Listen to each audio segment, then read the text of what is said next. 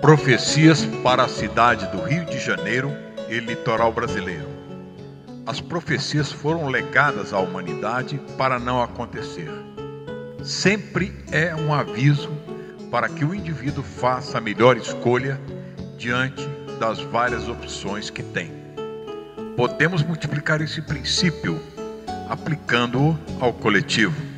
Então, o povo inteiro ou a humanidade inteira, de acordo com as suas escolhas, pode optar por um determinado caminho. Quando o caminho escolhido não é bom, os homens têm que assumir a responsabilidade pela escolha, uma vez que eles têm consciência do que é bom e do que é mal.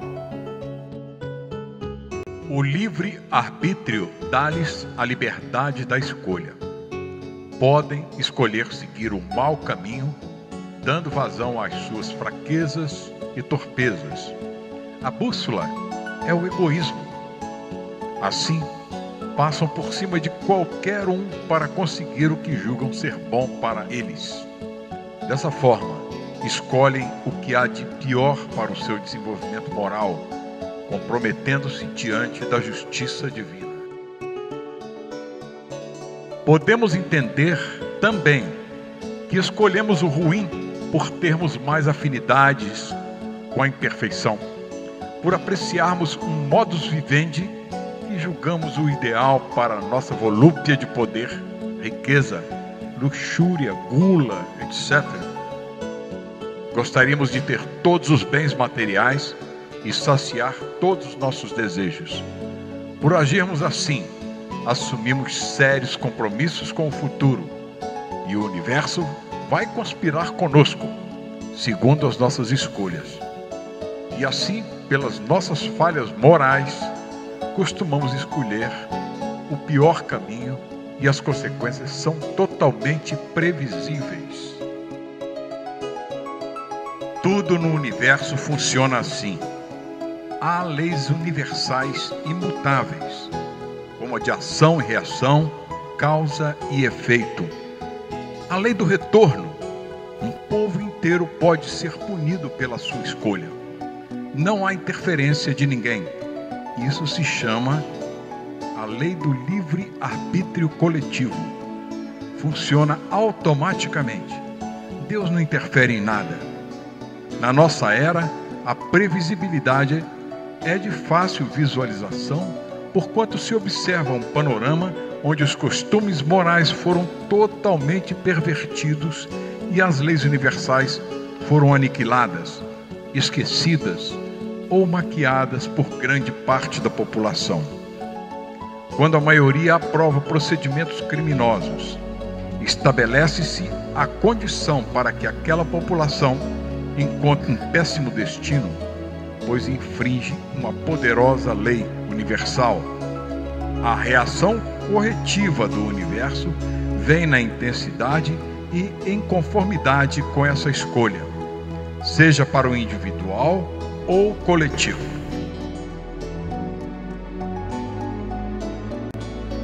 A ação do anticristo. A situação moral em todo o planeta se deteriorou profundamente e os costumes se degeneraram. A depravação é a moeda corrente. Vejamos alguns exemplos. A pedofilia, o sequestro de menores para serem usadas como escravas sexuais ou para retirar-lhes os órgãos a fim de vendê-los no mercado negro de transplantes.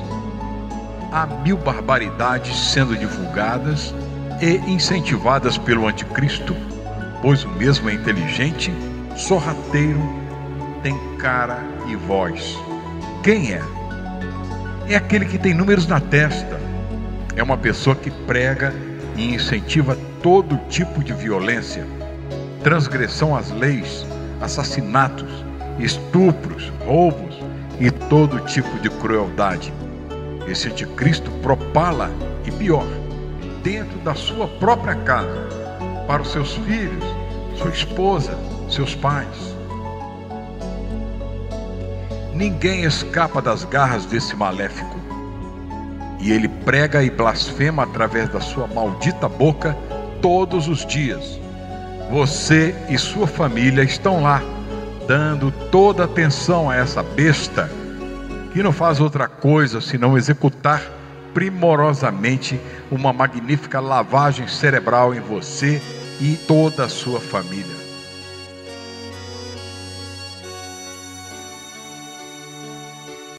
Mas então, meus amigos, quem é esse anticristo que foi capaz de inverter os valores morais do planeta inteiro? Ele, pessoa jurídica, chama-se televisão. Espíritos demoníacos ligados às trevas profundas dominam os incautos e os transformam em bestas que foram trabalhar para ele, o anticristo. É essa figura, a televisão, que é o verdadeiro anticristo, como mencionado no Apocalipse de João. Essa figura tem números na testa e blasfema contra Deus diuturnamente, anos a fio. E assim, sorrateiramente, a pretexto de distrair o público, aos poucos vai seduzindo e invertendo os valores morais de um país inteiro, sem que as pessoas percebam. Elas começam a achar naturais esses escabrosos divertimentos. Agora mesmo, em uma novela, a heroína é uma bandida, mulher de um traficante de drogas pesadas. Igrejas também são seduzidas pelo dinheiro fácil. Usam esse meio tão sublime que Deus deu aos homens para enganá-los. São os falsos profetas em ação, usando esse meio de comunicação de massas. No Brasil, a difusão das palavras do anticristo está plantada exatamente no Rio de Janeiro. É lá que é produzido pelas bestas que trabalham com ele toda a blasfêmia, arrogância e imoralidade criminosa que se pode propalar a um povo inteiro. Sim, através de novelas imorais e filmes que mostram como sequestrar, roubar, assassinar, exemplos de como destruir sua família, filmes e novelas que mostram cenas de sexo em horário impróprio, destroem a vida de muitos e ensinam a destruir corações e mentes. Esse famoso anticristo ensina pela televisão como falsificar, mentir, enganar, se apropriar de bens alheios e uma infinidade de atrocidades bem conhecida de todos. Aos poucos, essas questões diabólicas vão sendo assimiladas pelos desavisados, pelos invigilantes que passam a adotá-las. Estes foram seduzidos. Assim, essa imoralidade vai sendo banalizada e se disseminando no país e no mundo como uma doença contagiante. Com isso, a amplitude do mal que se vê em todo o país e no mundo é estarrecedora. Veja este vídeo postado no YouTube pelo deputado federal Marco Feliciano, intitulado Curso para Bandidos, produzido pela Rede Globo de televisão do Rio de Janeiro. Veja e perceba quão poucos são aqueles que têm combatido o mal. Praticamente, seu vídeo é inócuo, uma vez que a Rede Globo insiste em ser agente das trevas em quase toda a sua programação.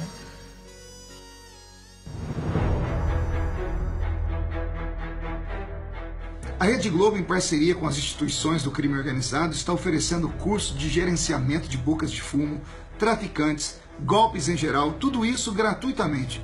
As teleaulas são de segunda a sábado, logo após o Jornal Nacional. Quer aprender a trair o marido ou a esposa? Quer virar viciado em jogos clandestinos? Quer ser patrão do tráfico ou gerente? Quer virar mulher de bandido? Quer incentivar seu filho ou a sua filha a ser gay ou lésbica? Quer ser incentivado a torcer somente para um time de futebol? Quer dar o golpe da barriga e mentir quem é o pai só para se dar bem nessa vida? Pois bem, na Rede Globo você tem todos esses cursos gratuitamente. Infelizmente, essa campanha de degradação da família brasileira existe há quase 30 anos. Isso faz parte de algo bem maior. Cazuza escreveu assim nos anos 80: transformamos o país em um puteiro, pois assim se ganha mais dinheiro. Agora, até comercial incentivando a mudança de sexo, a Globo está passando durante a novela. Vocês não tiveram uma filha. Não demora, vão começar a exibir a novela que ensina seu filho a ser gay desde os 5 anos de idade. Vai ensinar também como as crianças devem beijar as outras do mesmo sexo, também pela manhã e pela tarde. Covardia contra a família. Eu não aceito. E você? Os nossos filhos, as nossas crianças, a nossa família merecem respeito. Reproduza, retweete, dê visibilidade a esse texto. Muito obrigado, um abraço.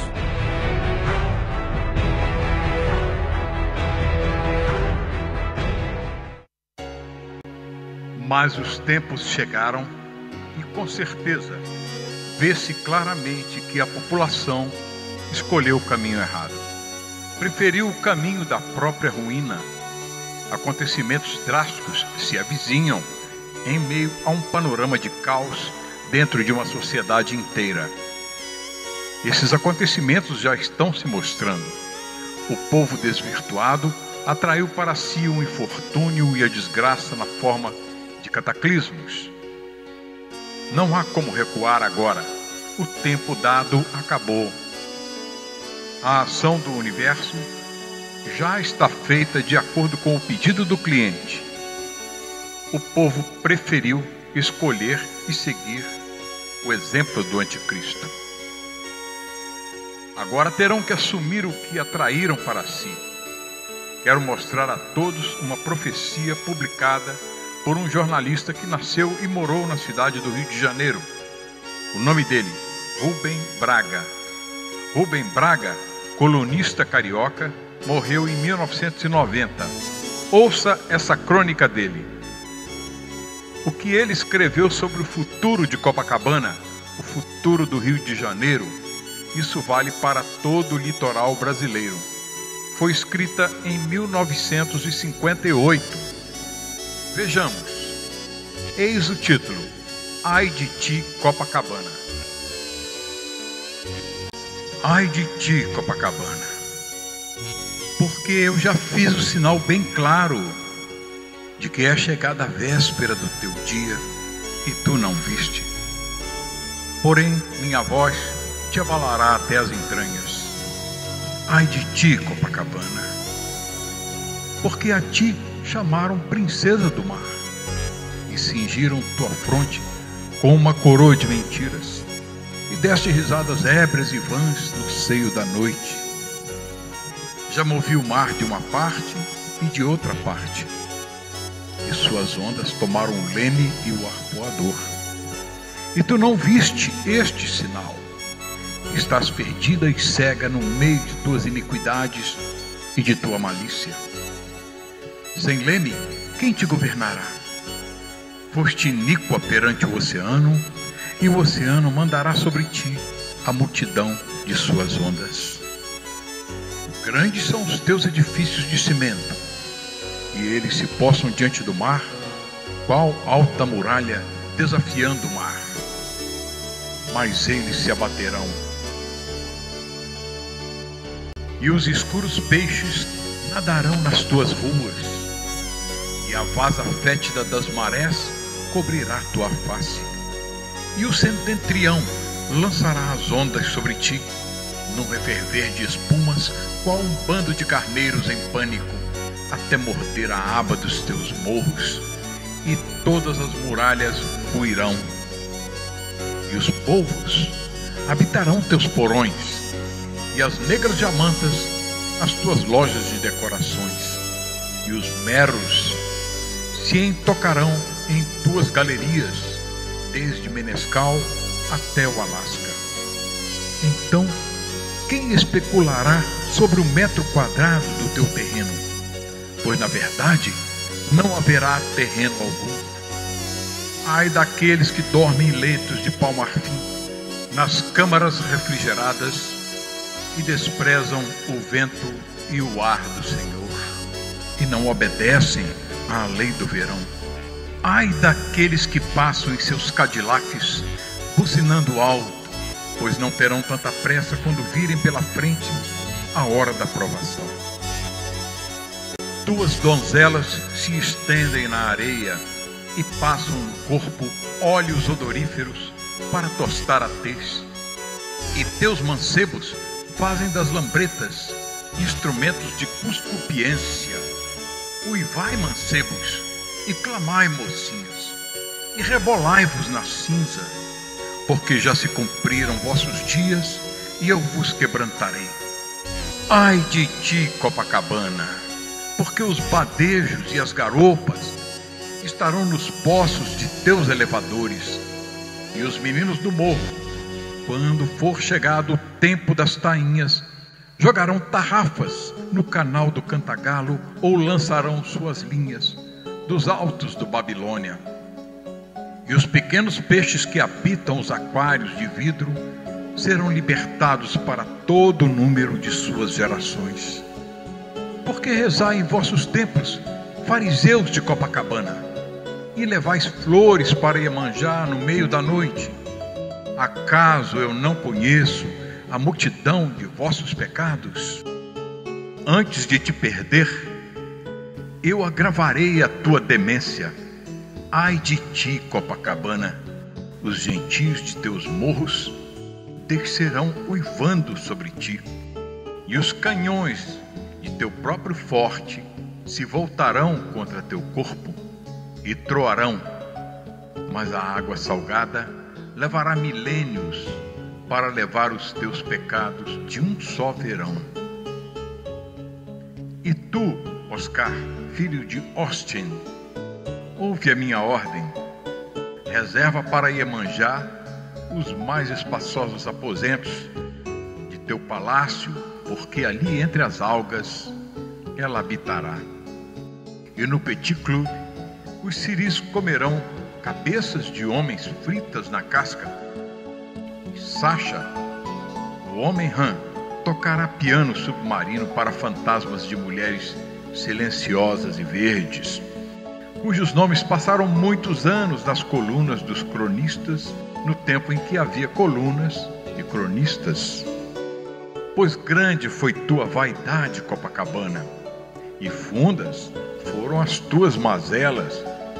Já se incendiou o vogue, e não viste o sinal, e já mandei tragar as areias do Leme, e ainda não vês o sinal. Pois o fogo e a água te consumirão. A rapina de teus mercadores e a libação de teus perdidos, a ostentação da etaira do posto 5, em cujos diamantes se coagularam as lágrimas de 1000 meninas miseráveis, tudo passará. Assim, qual o escuro alfange, a nadadeira dos imensos cações passará ao lado de tuas antenas de televisão, porém muitos peixes morrerão por se banharem no uísque falsificado de teus bares.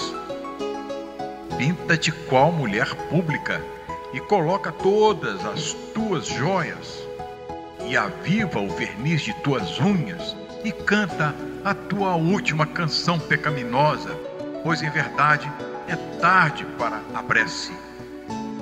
E que estremeça o teu corpo fino e cheio de máculas, desde o edifício Olinda até a sede dos marimbás, porque eis que sobre ele vai a minha fúria e o destruirá. Canta a tua última canção, Copacabana. Este texto foi extraído do livro Ai de ti, Copacabana, editora do autor, Rio de Janeiro, 1960, página 99. Ele foi composto em 1958. Tirem as suas próprias conclusões. O que é para o Rio de Janeiro, vale para todo o litoral brasileiro, para todos os países banhados pelo Oceano Atlântico. Vejamos o que diz Benjamin Solari Parravicini. Ele foi um artista plástico argentino que morreu em 1974. Deixou muitas profecias retratadas em seus desenhos proféticos, recebidos através de psicografia. eis algumas de suas profecias entre centenas, sobre os sinais vistos nos céus. Aparecerão voando nas alturas, círculos de luzes trazendo seres estranhos de outros planetas. Sim, serão aqueles que vieram para povoar a terra. Se dirá, e se dirá bem sim. Chamaram-lhes anjos no Antigo Testamento, ou a voz de Jeová, e de novo poderão ser vistos e serão escutados. Esta profecia do Benjamin Solari é de 1938. A interpretação que se dá a essa profecia é a seguinte: os círculos de luzes são as naves alienígenas vistas nos céus de todo o mundo. Eles são seres energéticos, semimateriais e até materiais, vindos de vários planetas a pedido dos dirigentes espirituais da Terra. Trazem em suas naves milhares de irmãos planetários deles, na forma espiritual, para a missão de reencarnar na Terra. O objetivo é dar um avanço significativo aos remanescentes do planeta, trazendo para eles novas ideias e novas tecnologias. Eles darão um impulso fabuloso ao planeta. Diante das constantes visitas de extraterrestres, a ciência negará, logo duvidará e por fim dirá: é verdade. Há séculos nos vigiam e nos contemplam. Parravicini fala sobre um grande asteroide. Um planeta será ferido por um planeta apagado que roda os espaços. Esse planeta será a Terra. A ferida do choque será na parte sul do hemisfério norte e arrancará grande parte. Então o mundo Terra vai tremer como um vulcão, igual quando foi arrancado o pedaço da América do Sul, hoje chamado no Alto de Suna. De novo o dilúvio, de novo a escuridão, de novo o eixo no seu lugar, de novo o rodar de um novo mar no fosso deixado, e de novo outra lua que brilhará mais. Nessa postagem que fiz no meu site, As Fantásticas Profecias de Benjamin Solari Parravicini, em maio de 2014, eu interpretei essa quadra como se fosse Nibiru, mas essa quadra fala, na verdade, é de um asteroide. Um asteroide também é um planeta, só que em dimensões mínimas. O sistema solar possui pelo menos 5 planetas anões e centenas de milhares de corpos menores. A ciência antiga definia planeta como um viajante, ou um corpo celeste que orbita uma estrela, seja ele pequeno como um asteroide, a enormes como Júpiter. Assim, nessa quadra, entendam que planeta apagado se refere a asteroide. Os asteroides do cinturão de asteroides orbitam o Sol. Eu vou deixar abaixo o link das Fantásticas Profecias de Benjamin Solari Parravicini. São algumas profecias que eu coloquei, e ele fala desde a Segunda Guerra Mundial, uma série de outras considerações, mas eu estou colocando aqui só o que nos interessa no momento. E concluindo essa parte aqui: depois do caos do Caribe, só um olho verá desde a única palmeira e verá a luz do sul. Mudanças totais no eixo terráqueo, mas o sul será sempre sul. Essa também é de 1938. Tem mais um aqui dizendo assim: cataclismo, a humanidade vencida. O cataclismo terá predito, mas ninguém acreditará. Mas chegará. Meteoros gigantes sobre a Terra. Cai sobre a Terra no dia 5 do 5 de Cincos, o golpe de fogo estelar. Cairá nas regiões de Gibraltar e nas Ilhas Baleares. 3 dias lá, 2 na América do Norte e, finalmente, um dia de 5 horas nas Antilhas. O fogo purificará. Essa profecia é de 1938.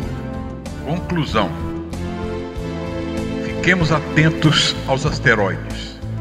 Antes das convulsões telúricas, serão eles os nossos algozes. E isso será apenas o início das dores, quando Nibiru estiver realizando o seu periélio, a posição mais próxima do Sol, a Terra estará de frente para ele. Do lado do Sol, onde a Terra estará juntamente com Nibiru, não haverá nenhum outro planeta do Sistema Solar para nos defender, pois todos os outros estarão do outro lado do Sol. Estima-se que isso se dará a partir de 2018. Veja esta foto ilustrando. O consolo é que haverá lugares seguros, sobretudo no Brasil. Não terão chance aqueles que estiverem no litoral.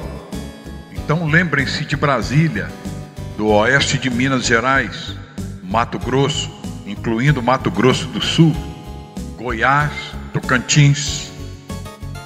Quero informar também que não cairá apenas um asteroide. Serão vários e atingirão várias partes do mundo. Um deles cairá no Caribe e outro entre 1.000 a 1.500 quilômetros da Ilha de Madeira, em linha paralela à linha do Equador. Em 2012, quando o Nibiru, vindo do sul, passou pela órbita da Terra, tivemos muita sorte. Ele passou do lado oposto ao que a Terra se encontrava. Assim, nessa ocasião, o Sol nos protegeu. Ainda assim, todos ficamos apreensivos. Na época, a NASA divulgou alertas à população mundial sem se referir a Nibiru, mas nada de grave aconteceu. Apenas os terremotos do Haiti, tsunamis de Sumatra, Chile e Japão. Depois de 3 anos seguindo rumo à altura das órbitas de Urano e Netuno, Nibiru chegou ao ápice de sua órbita interna ao Sistema Solar e iniciou o seu retorno rumo ao Sol, a fim de adquirir aceleração e velocidade para deixar o nosso Sistema Solar.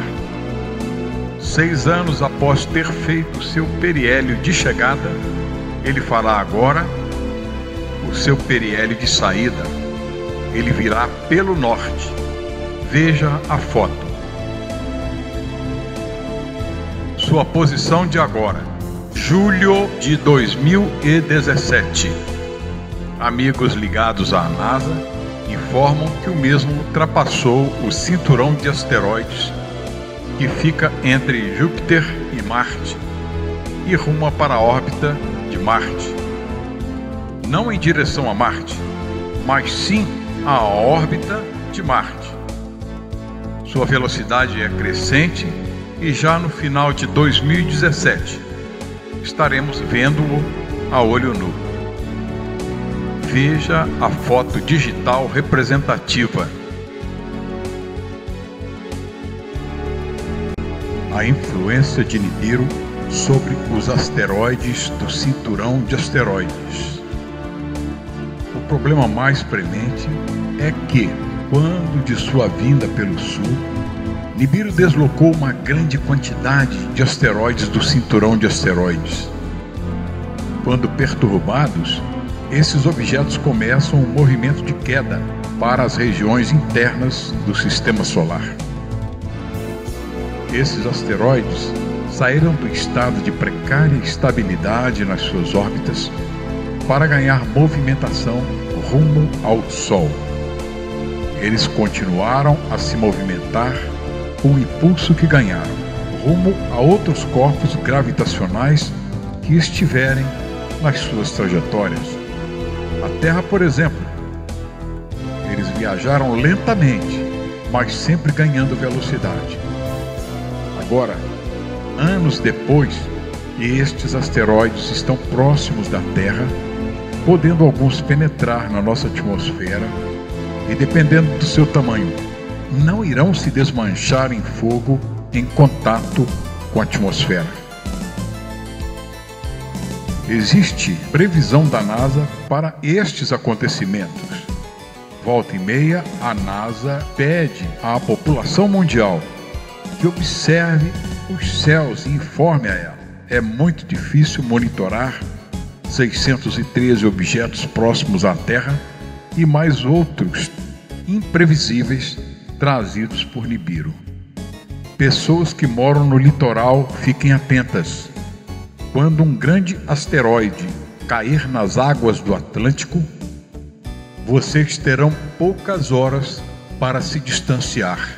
Por exemplo, se eu morasse no litoral do Rio de Janeiro, eu teria barraca para acampar de acordo com o tamanho da minha família.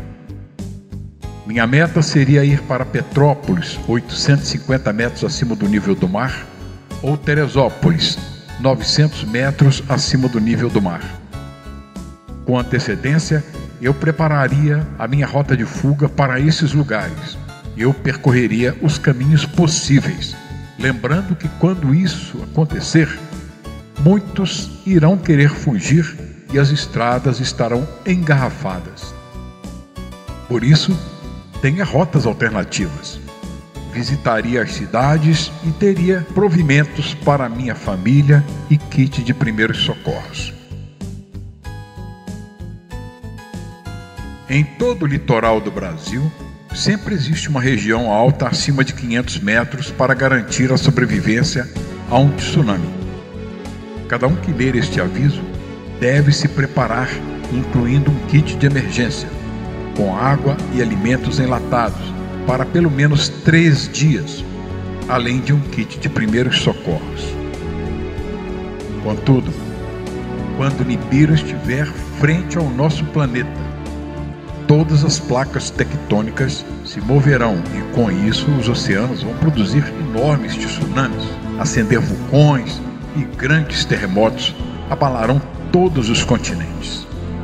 Assistam a seguir o vídeo mostrando o que poderia ser tsunamis.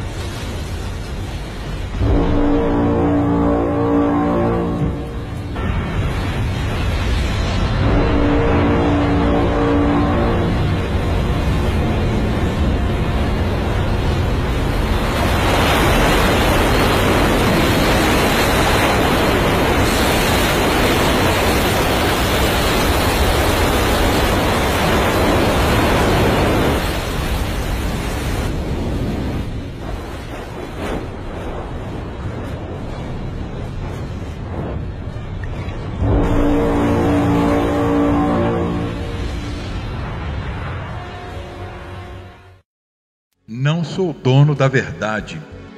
Sei que se a humanidade ultrapassasse o seu padrão de comportamento para melhor, tomando outros rumos, é possível que estes acontecimentos possam ser minorados e até evitados ainda. Contudo, o mal está solto e impregnado nos corações e mentes. A maior parte da humanidade atual está engajada firmemente, cada um com a sua parcela no mal, seja vibrando pensamentos e atitudes negativas, contribuindo de uma forma ou de outra para a piora vibracional do planeta. Pelo que se vê, deduzimos que a humanidade como um todo não se moverá para mudar suas atitudes. A parcela boa da humanidade é expressiva, mas infelizmente insuficiente para evitar os cataclismos apocalípticos. Levem a sério, pessoal, o tempo é curto. Quando houver novidades, apresentarei novo vídeo. Boa sorte a todos e que Deus nos proteja e nos guie.